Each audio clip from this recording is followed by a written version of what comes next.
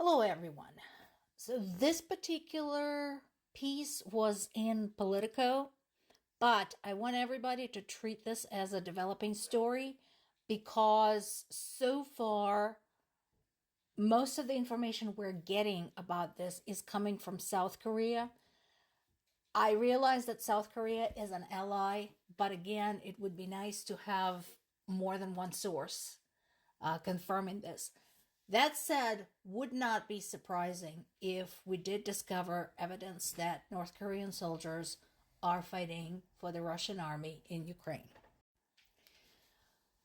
And once again, we're going back to the international impact. So we knew about South American soldiers, soldiers from some of the developing countries in Africa, Indian soldiers having been involved, and now North Korean. We know that North Korea and Russia have an agreement, basically a military treaty, like an alliance. So that makes the likelihood of deployment in your allies' military conflict rather likely. And the problem, of course, is quantity. We talked about this before. One of the biggest issues for Ukrainian military has been being outnumbered. Now, after 2.5 years, they went from being outnumbered 10 to 1 down to 3 to 1. But that is still a huge difference. And my family members who are at the front basically describe this as we keep fighting them, and they keep crawling and crawling like cockroaches. No, I don't approve dehumanizing the enemy, but that is what Ukrainian soldiers are having to deal with. Masses upon masses of Russian soldiers just going in. And yes, the occupied territory, any progress that Russian military has made so far in Ukraine has been paved with the bodies of hundreds and hundreds and hundreds of soldiers, and not just Russian soldiers. The use of hypersonic missile by Russia against Ukraine appears to be stirring some commentary, apparently, among the NATO members. I'm not sure what the result would be, but so far it's the generic stuff like they're expressing serious concern, that type of thing. For once, they actually managed to hit a valid military target, a Starokonstantinovsky air base. That, I think, has to do with the fact that the base was located in the area where F-16s were likely to be kept. And remember, we had this big conversation about F-16s some time ago before the Kursk invasion. Now, that is still a factor. So the F-16 delivery and training, that is still going on. And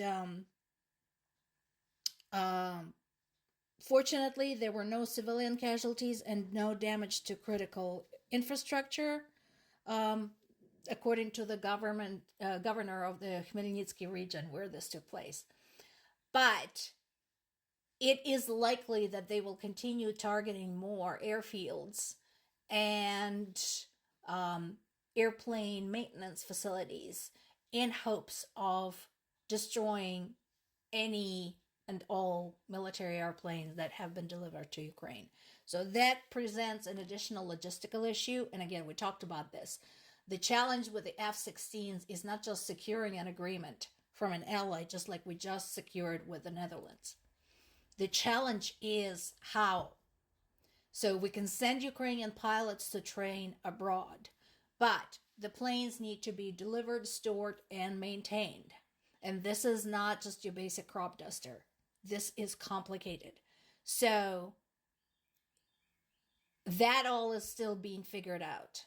It is likely that Ukrainians will decide to store the planes just outside of Ukrainian territory, somewhere in Poland or in Romania, basically to ensure their safety. Also, Russians appear to be targeting Kyiv again. It's been a while since we had extensive attacks specifically against Ukraine's capital. They seem to be resuming. In this case, we had 2 Kinzhal missiles shot down in the Kyiv region. And we had extensive attacks against the city of Kherson. We had more in Sumy. We've all heard about Sumy getting beat up. So, yeah, and again, we had civilian casualties. So just because they managed to hit one valid military target, don't get used to that. They still continue terrorizing civilians. And there is some information that Russian troops may have entered the vicinity of the city of Toretsk. Again, this is eastern Ukraine, where they have been making some progress. We'll see. Considering it took them 2 years to take Vuhledar, 2.5. Again, I wouldn't freak out about it. It's just really, really hard. That's all I can tell you. The fighting there in the eastern region is violent. This, again, we're going back to the international impacts. So, we talked about the attacks against Odessa region and Odessa specifically. And we talked about the importance of Odessa because that is the port from which Ukrainian exports are shipped, specifically corn, grain, etc., all that stuff. So, the function of this city, of this port, is vital, not just to Ukraine, but to everybody who gets anything from Ukraine. So in this particular case, we had a Russian ballistic missile that hit a Palawan-flagged civilian cargo ship in Odessa, killing 1 person. And in addition, other vessels were damaged. So, again, my question is how this is going to be handled in the international community. We talked about this before. Basically, Russia said that they will treat anything going in and out of Odessa port as a military target. And the way kind of the maritime law works is that the territory of the ship is considered to be the territory of the country whose flag the ship is carrying. So sort of like an embassy. An embassy is considered to be a territory of the country the embassy represents. So if Russia hits a Romanian ship or a Polish ship or a German ship or a US ship, that can be construed as the attack on the territory of that country.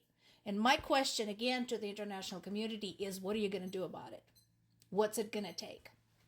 Because it's, once again, not a matter of if, it is the matter of when.